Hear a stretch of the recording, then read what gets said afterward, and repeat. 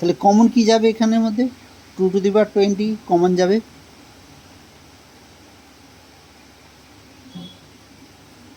তাহলে থাকবে কি? সব ক্ষেত্রেই একই থাকবে।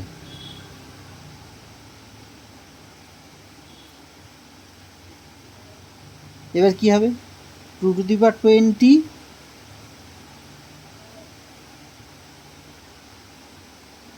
এটা ইন্টু আছে, ইন্টু 1 2 3 4। এটা কিভাবে লিখতে পারি? 2^20 ইন্টু 2 স্কোয়ার লিখতে পারি। আবার কি করতে পারি? আচ্ছা সরি, এখানে 2^20। এবার কি করতে পারি এখানে?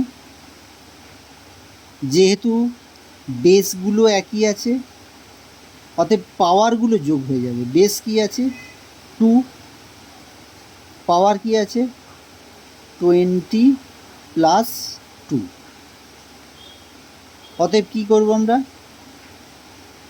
2 আর এই দুটো যোগ করলে কথা হচ্ছে 222, মানে 22 অ্যান্সার।